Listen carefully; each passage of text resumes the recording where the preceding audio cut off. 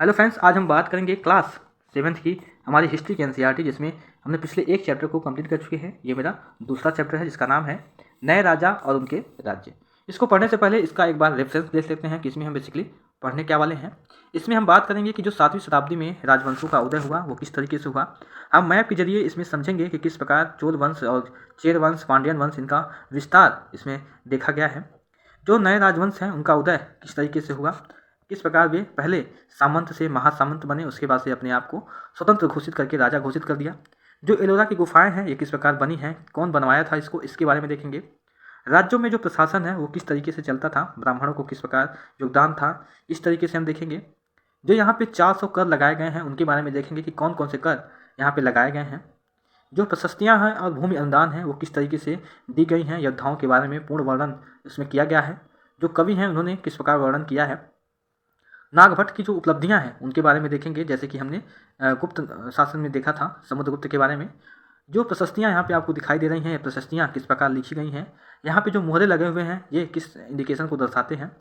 जो भूमि के साथ क्या क्या दिया जाता था उसके बारे में देखेंगे। यहाँ पे हमने बात किया है कि धन के लिए जो युद्ध होता था उस समय राजवंशों के आधार पर कई राज्य धन के लिए यहाँ पे युद्ध करते थे दूसरे राज्य से, उनके बारे में देखेंगे कि ये ऐसा बेसिकली क्यों करते थे।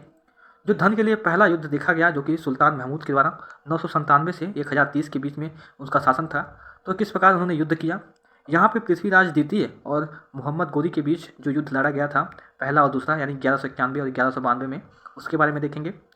जो चोल राज्य का यहाँ पे दर्शा है, नक्शा में दिखाया गया है आपको कि किस प्रकार ये अपनी सीमाओं का निर्धारण करके अपना सीमाओं को किस प्रकार फैला रहा है। उदयपुर से जो तंजावुर तक का हमारा यात्रा है और इसके बारे में देखेंगे कि किस प्रकार वहाँ का प्रशासन पुनर्गठन हुआ।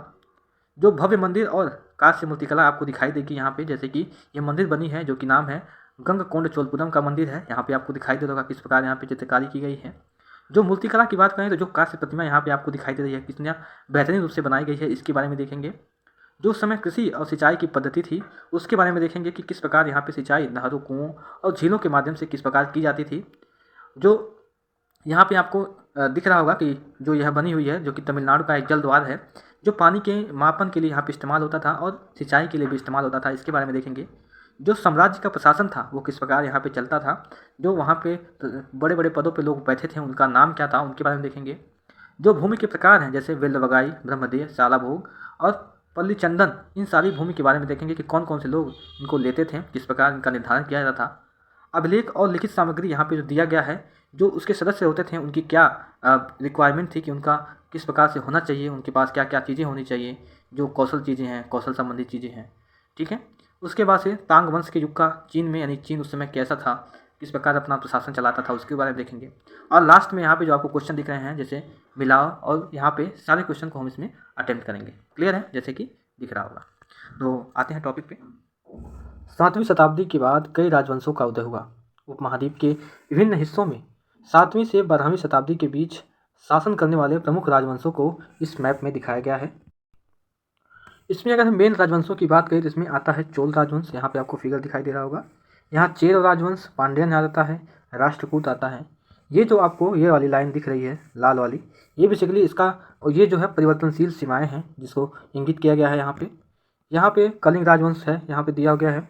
यहाँ पे चंडमान राजवंश है, उज्जैन, फिर यहाँ पे प्रतिहार, गुर्जर प्रतिहार, इस तरह से राजवंशों को इस मैप में दिखाया गया है, ठीक है। अब आते हैं नए राजवंशों का उदय। 7वीं सदी आते आते उपमहाद्वीप के विभिन्न भागों में बड़े भूस्वामी और योद्धा सरदार अस्तित्व में आ चुके थे।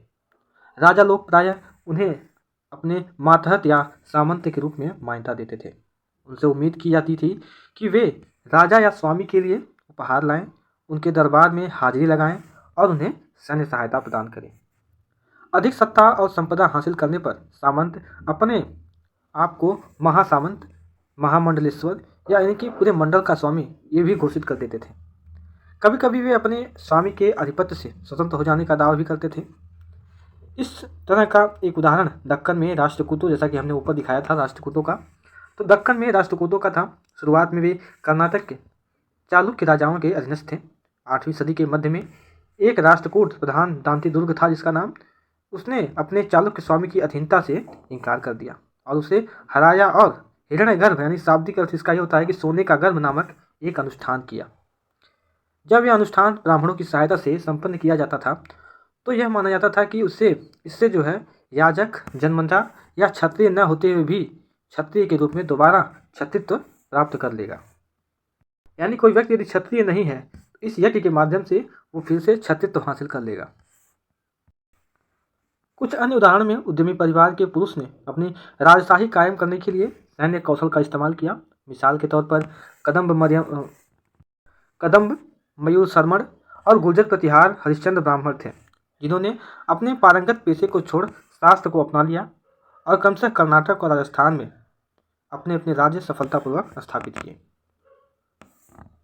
यानी कि वे अपने पेशे को छोड़ करके शस्त्र अपना लिया, जिससे वे राजा का जो दायित्व था, जो राजा का काम था, उनको किया। उसके बाद से इन्होंने अपना एक अलग राज्य स्थापित किया, जो कर्नाटक और राजस्थान में सफलतापूर्वक इन्होंने अपने आप को स्थापित किया।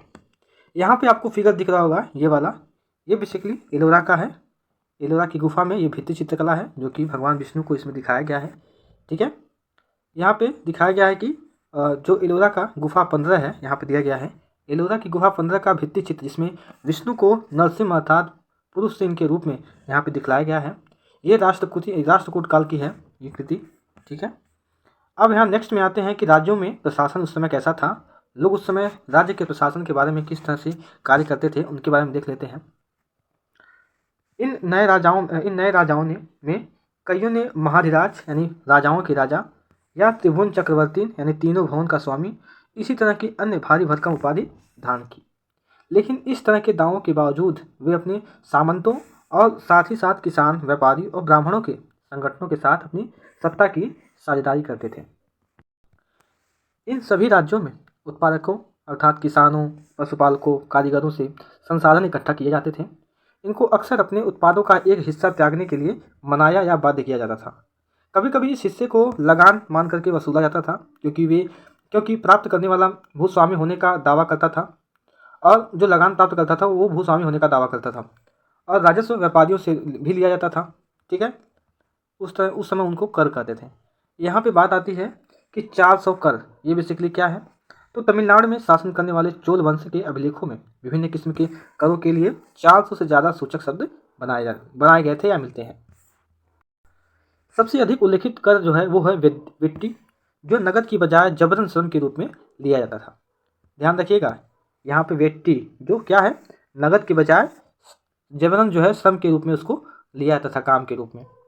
ठीक है, मकान पर छाजन डालने पर लगान कर कहाँ पे लगता था, यहाँ पे बेसिकली बताया गया है। तो मकान पे छाजन डालने पर लगता था कर, खजूर या ताड़ के पेड़ पर चढ़ने के लिए सीढ़ी के इस्तेमाल पर लगता था कर, पारिवारिक संपत्ति का उत्तराधिकार हासिल करने के लिए लगता है। ठीक है, इस तरह से कर वहाँ पे इस्तेमाल किया गया था, और इसी तरह से लगभग 400 तक कर इसमें लगाया गया है, जो कि चोल वंश की बात यहाँ पे किया गया है।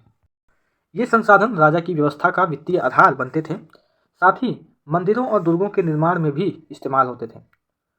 संसाधन उन युद्धों में लड़ने में भी इस्तेमाल होते थे जिनसे लूट की शक्ल में धन मिलने की जो तथा जमीन और व्यापारियों के मार्गों के प्रयोग की संभावनाएं बनती थी।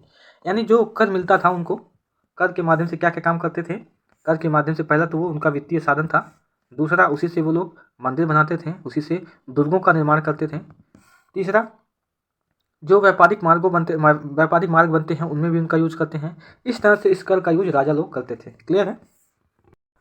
राजस्व वसूली के लिए पदाधिकारियों की नियुक्ति सामान्यतः प्रभावशाली परिवारों के बीच ही की जाती थी। ये प्रायः वंशानुगत होती थी।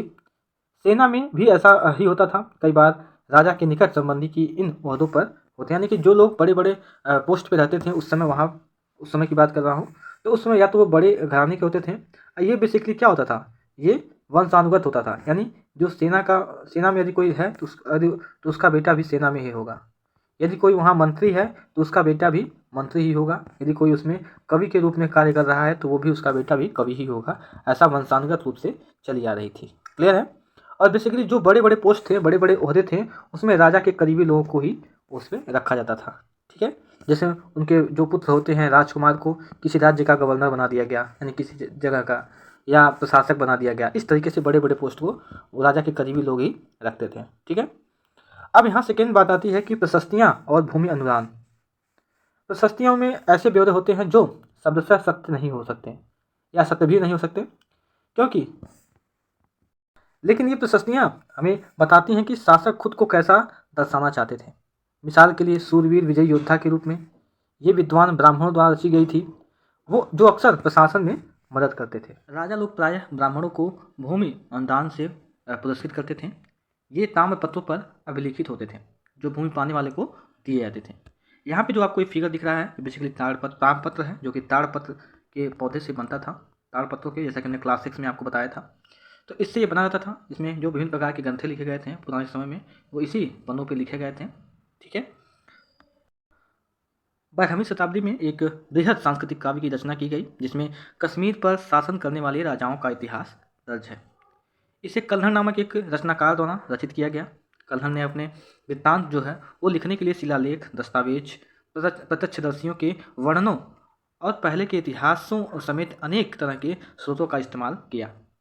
प्रशस्तियों के लेखकों से भिन्न वह और अक्सर शासकों की यानी प्रशस्तियों के लेखक से भिन्न वह अक्सर शासकों और उसकी नीतियों के बारे में आलोचनात्मक रुख अपनाते थे। इसलिए 12वीं सदी के लिए यह धारणा असाधारण ग्रंथ था, यानी उनके लिए उस समय ये जो ग्रंथ था वो असाधारण था जो लिखा गया था इनके द्वारा, कल्हण द्वारा। अब पूछेंगे कि कौन सा ग्रंथ, तो आप बोलोगे जो राज तनगड़ी थी उन्होंने लिखा था, जो कि कश्मीर की राजाओं से संबंधित ये है। कई बार मल्टीपल जो एग्जाम है उसमें पूछ लेता है। यहाँ एक एडिशनल फैक्ट दिया हुआ था, नागभट्ट की उपलब्धियाँ। कई शासकों ने प्रशस्तियों में अपनी उपलब्धियों का बखान किया। अपने पिछले साल जो गुप्त शासक समुद्र की प्रशस्ति के बारे में हमने देखा था, यानी कि क्लास 6 में, कि जो समुद्रगुप्त की प्रशस्ति थी, जो गुप्तकाल की प्रशस्ति थी, उसमें उनका वर्णन किया गया था। संस्कृत में लिखी गई, ग्वालियर जो कि मध्य प्रदेश में है, वहाँ पे पाई गई एक प्रशस्ति जिसमें प्रतिहार नरेश नागभट्ट के कामों का वर्णन किया गया है। उसमें लिखा गया था कि आंध्र, संध्या, विदर्भ और कलिंग के राजा उनके आगे तभी धराशायी हो गए जब वे राजकुमार थे। उन्होंने कन्नौज के शासक चक्रयुद्ध को विजित किया। उन्होंने बंग यानी बंगाल का हिस्सा और अनर्त यानी गुजरात का हिस्सा, मालवा जो कि मध्य प्रदेश का हिस्सा था, किरात, वनवासी, तुरुस्क जो कि तुर्क थे, वत्स, इन सभी राजाओं को पराजित किया था। ऐसा उनकी उपलब्धियों में लिखा गया था। यहाँ पे इन ताम्रपत्रों के बारे में दिया है, जो कि इसमें लिखा हुआ है कि एक थोड़ा संस्कृत और थोड़ा तमिल में लिखा हुआ ताम्रपत्र एक संग्रह है जिसमें 9वीं सदी में एक शासक के द्वारा दिए गए भूमि अनुदान का उल्लेख है। जैसा हमने ऊपर पढ़ा है कि भूमि अनुदान जब राजा देते थे तो उनको एक इस तरह से प्रशस्ति पत्र देते थे। जिन कड़ियों में, यानी कि कड़ी की बात ये वाला है, जिन कड़ियों में ये पत्र जुड़े हैं उन पर राजसी मुहर लगी है, जो यह बतलाने के लिए है कि यह प्रमाणिक दस्तावेज है। बेसिकली इसकी बात किया हुआ है। यहाँ पे जो आपको ये दिख रहा है, जिन पे लगी हुई है, ये मुहर लगी हुई है, यहाँ पे आपको दिख रहा होगा। अब नेक्स्ट में आते हैं कि धन के लिए युद्ध, यानी आपने गौर किया होगा कि इसमें प्रत्येक शासक राजवंश का आधार कोई क्षेत्र विशेष था, वे दूसरे क्षेत्रों पर भी नियंत्रण करने का प्रयास कर रहे थे। एक विशेष रूप से वांछनीय क्षेत्र था गंगा घाटी में कन्नौज नगर, गुर्जर प्रतिहार, राष्ट्रकूट, जैसा हमने ऊपर आपको फिगर में बताया। पाल वंश के शासक सदियों तक कन्नौज के ऊपर नियंत्रण को लेकर आपस में लड़ते रहे। क्योंकि इस लंबी लड़ाई में 3 पक्ष थे, इसलिए इतिहासकार ने प्रायः इसकी चर्चा त्रिपक्षीय संघर्ष के रूप में की गई है। हमने ऊपर जो फिगर दिखाया है आपको, जो भारत के मैप में किस प्रकार इसमें दिखाया गया था फिगर, कि जो चोल वंश थे यहाँ पे थे, प्रतिहार वंश यहाँ पे थे, इन सभी चोल वंश, चेल वंश, ये सभी वंश जो है वो आपस में युद्ध लड़े थे। तो इस युद्धों को हम त्रिपक्षीय संघर्ष का दर्जा दे सकते हैं। शासकों ने बड़े मंदिरों का निर्माण करवा करके अपनी सत्ता और संसाधन का प्रदर्शन करने का प्रयास किया। इसलिए जब वे एक दूसरे के राज्यों पर आक्रमण करते थे तो मंदिरों को भी अपना निशाना बनाते थे, जो कभी कभी बहुत अधिक संपन्न होते थे जो मंदिर थे।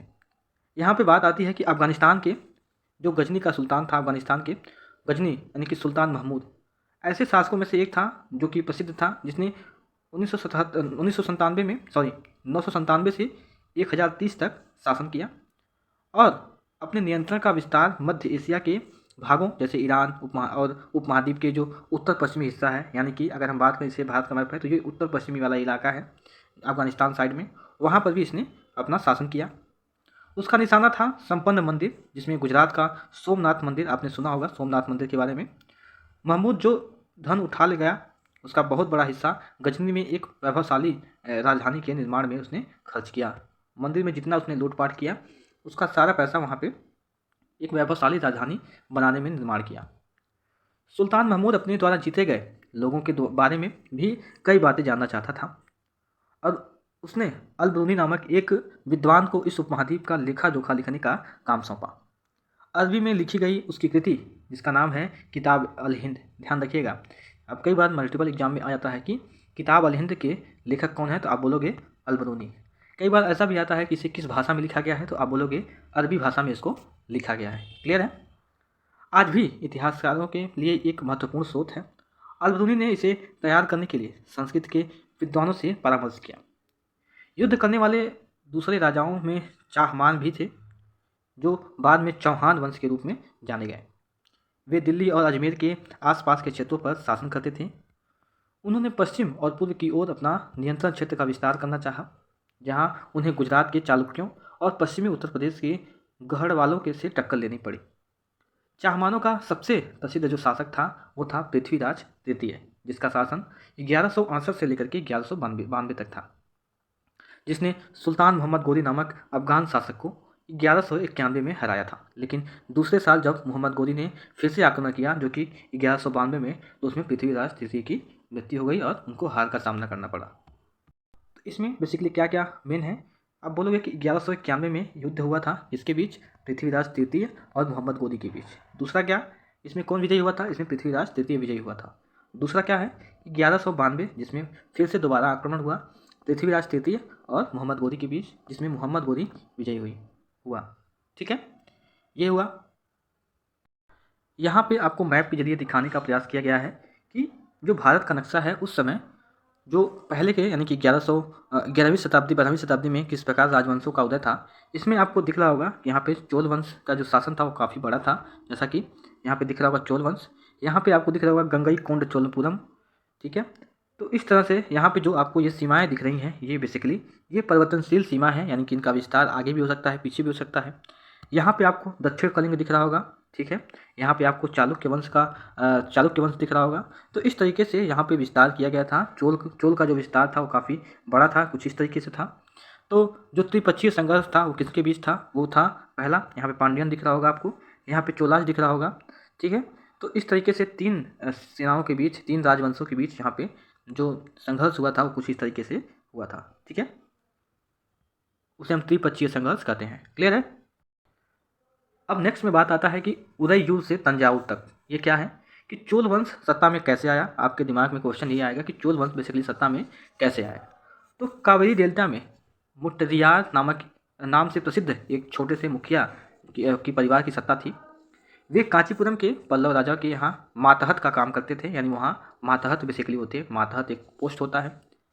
उदययार के चोल वंशीय प्राचीन मुखिया परिवार के विजयालय ने, यानी कि जो विजयालय ने नौवीं, उनका नाम विजयालय था, उसने 9वीं सदी के मध्य में मुट्टरियारों को हराकर इस डेल्टा पर कब्जा कर लिया। उसने वहाँ तंजावुर शहर और निशुंभनी जो देवी थी, उन देवी का क्या नाम था, निशुंभ सुदिनी नामक देवी का उसने मंदिर बनवाया। 2 विजयालय के उत्तराधिकारी ने पड़ोसी इलाकों को जीता और उसका राज्य अपने क्षेत्रफल तथा शक्ति दोनों रूप से बढ़ता गया। दक्षिण और उत्तर के पांड्यन और पल्लव के इलाके में इस राज्य का हिस्सा बन गए, यानी कि जो दक्षिण का इलाका था, उस दक्षिण और उत्तर में, दक्षिण में पांड्यन और उत्तर में पल्लव राजवंश था, वहाँ पर भी उसका कुछ हिस्सा वहाँ पे बन गया चोल का। राजराज प्रथम था वो चोल वंश में सबसे शक्तिशाली राजा माना जाता था। 985 में राजा बना और उसी ने इनमें से ज़्यादातर क्षेत्रों पर अपना नियंत्रण किया और विस्तार किया। उसने साम्राज्य के प्रशासन का भी उसने पुनर्गठन किया। राजराज के जो पुत्र थे राजेंद्र प्रथम ने उनकी नीतियों को जारी रखा और उसने गंगा घाटी, श्रीलंका और दक्षिण पूर्व एशिया के देशों पर भी हमला किया। इन अभियानों के लिए उसने एक जल सेना भी बनाई। अब नेक्स्ट में बात आता है कि भव्य मंदिर और कांस्य मूर्ति कला ये क्या है। तो राजराज और राजेंद्र प्रथम द्वारा बनाए गए तंजावुर और गंगई कोंड चोलपुरम के बड़े मंदिर स्थापत्य और मूर्तिकला के दृष्टि से एक चमत्कार के रूप में देखे जाते हैं, माने जाते हैं। चोल मंदिर अक्सर जो है अपने आसपास विकसित होने वाली बस्तियों के केंद्र बन गए। ये शिल्प उत्पादन के केंद्र थे। ये मंदिर शासकों और अन्य लोगों द्वारा की गई भूमि से भी संपन्न हो गए थे। इस भूमि की उपज उन सारे विशेषज्ञों का निर्वाह करने में खर्च की गई थी या खर्च होती थी जो मंदिर के आसपास रहते थे और उनके लिए काम करते थे। इसमें कौन आता है, उसमें पुरोहित आते हैं, मालाकार आती हैं, बावर्ची आते हैं, मेहतर आते हैं, संगीतकार, नर्तक, ये सभी यहाँ पे आते हैं।